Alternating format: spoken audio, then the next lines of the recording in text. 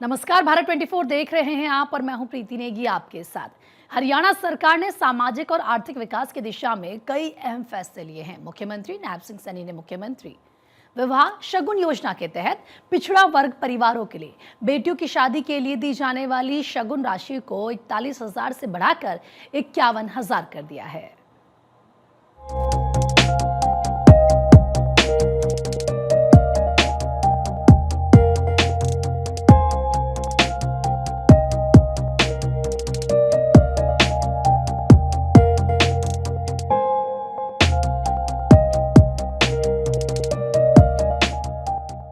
हरियाणा सरकार ने सामाजिक न्याय और समावेशी विकास की दिशा में एक और ऐतिहासिक निर्णय लेते हुए मुख्यमंत्री विवाह शगुन योजना के तहत दी जाने वाली सहायता राशि में इजाफा किया।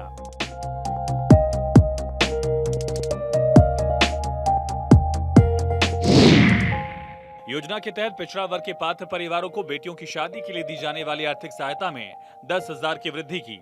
पहले ये राशि 41,000 थी, जो 51,000 हो गई। योजना का मकसद आर्थिक तंगी के कारण कोई परिवार अपनी बेटी की शादी में परेशानी न झेले। यह कदम सामाजिक समरसता को बढ़ावा देने, पिछड़े वर्गों को सशक्त बनाने की दिशा में बड़ा प्रयास। सैनी सरकार का फैसला न केवल आर्थिक सहयोग का प्रतीक बल्कि सामाजिक सम्मान, आत्मनिर्भरता और समानता की दिशा में सार्थक प्रयास।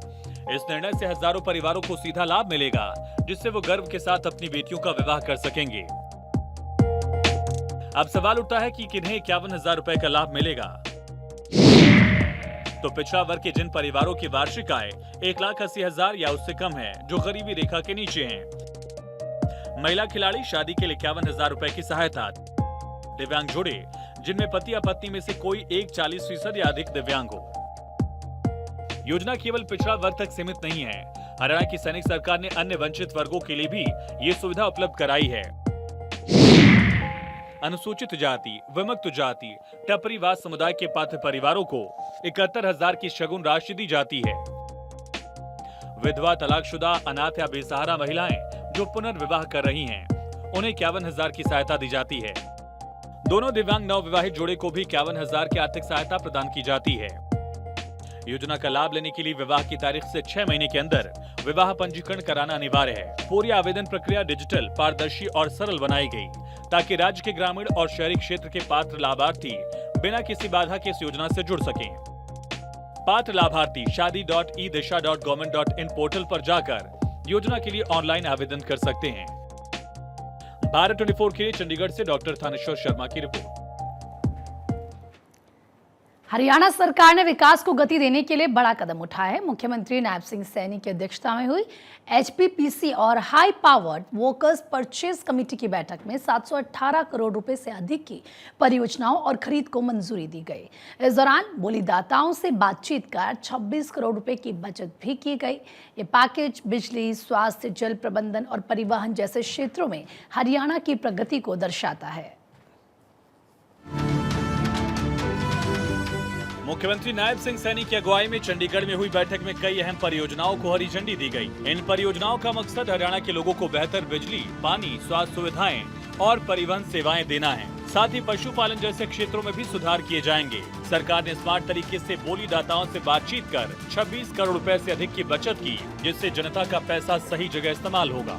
बैठक में सैनी सरकार ने जिन परियोजनाओं को हरी झंडी दी, उनमें बिजली क्षेत्र में सुधार के लिए हरियाणा विद्युत प्रसारण निगम, दक्षिण हरियाणा बिजली वितरण निगम को transmission line towers, sub station और एचटी भूमिगत लाइनों के लिए 132 करोड़ रुपए के कॉन्ट्रैक्ट, अंबाला के नारायणगढ़ डिवीजन में बिजली वितरण को बेहतर करने के लिए 53.86 करोड़ रुपए की परियोजना। इसका लक्ष्य बिजली के नुकसान को कम करना है। जबकि पशुपालन के लिए वैक्सीन के तहत पशु में गलघोटू और मुंह खो रोग से बचाव के लिए 220 लाख खुराक FMD वैक्सीन की खरीद, जिसकी लागत 73.45 करोड़ रुपए है। हरियाणा इन बीमारियों से मुक्त है और साल में 2 बार यानी हर 6 महीने में टीकाकरण अभियान चलाया जाता है। साथ ही जल और सीवरेज प्रबंधन के तहत बहरामपुर में 120 MLD सीवरेज ट्रीटमेंट प्लांट का अपग्रेडेशन शामिल है, जिसकी लागत 33.88 करोड़ रुपए है। वहीं गुरुग्राम में 100 MLD STP का अपग्रेड और 75 MLD टर्शरी उपचार संयंत्र, जिसकी लागत 51.34 करोड़ रुपए है।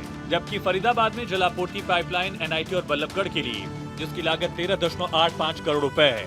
फरीदाबाद में मास्टर सीवरेज और ड्रेन की सफाई जिसकी लागत 21.35 करोड़ रुपए है। मुख्यमंत्री ने निर्देश दिए कि ट्रीटेड पानी का ज्यादा से ज्यादा इस्तेमाल हो ताकि भूजल दोहन कम हो। वहीं अगर बात करें स्वास्थ्य और शिक्षा की तो गुरुग्राम के श्री शीतला माता देवी मेडिकल कॉलेज में गैर मेडिकल उपकरणों की खरीद जिसकी लागत 26.95 करोड़ रुपए। रोहतक में पंडित भगवत दयाल शर्मा स्वास्थ्य विज्ञान विश्वविद्यालय में गर्ल्स हॉस्टल जिसकी लागत 23.64 करोड़ रुपए। सोनीपत में 100 बिस्तरों वाला मातृ एवं शिशु अस्पताल जिसकी लागत 49 करोड़ रुपए और नूह में SHKM सरकारी मेडिकल कॉलेज में 100 बिस्तरों वाला MCH जिसकी लागत 27.95 करोड़ रुपए शामिल है। जबकि परिवहन और सड़क योजना के तहत फरीदाबाद में इलेक्ट्रिक बसों के लिए सेक्टर 61 में बस डिपो और चार्जिंग स्टेशन जिसकी लागत 18.48 करोड़ रुपए है। द्वारका एक्सप्रेसवे पर रिसाइकिल पाइपलाइन स्थानांतरण जिसकी लागत 14.9 करोड़ रुपए और पानीपत, बल्लभगढ़ और फरीदाबाद में रेलवे ओवरब्रिज और अंडरब्रिज के लिए 109 करोड़ रुपए। हरियाणा की सैनी सरकार का फैसला राज्य को बुनियादी ढांचे, स्वास्थ्य और पर्यावरण के क्षेत्र में मजबूत करने की दिशा में बड़ा कदम। 718 करोड़ रुपए की परियोजनाएं बिजली की उपलब्धता, स्वच्छ पानी, बेहतर स्वास्थ्य सेवाएं और सुगम परिवहन सुनिश्चित करेंगी। साथ ही 26 करोड़ की बचत से सरकार की किफायती सोच झलकती है।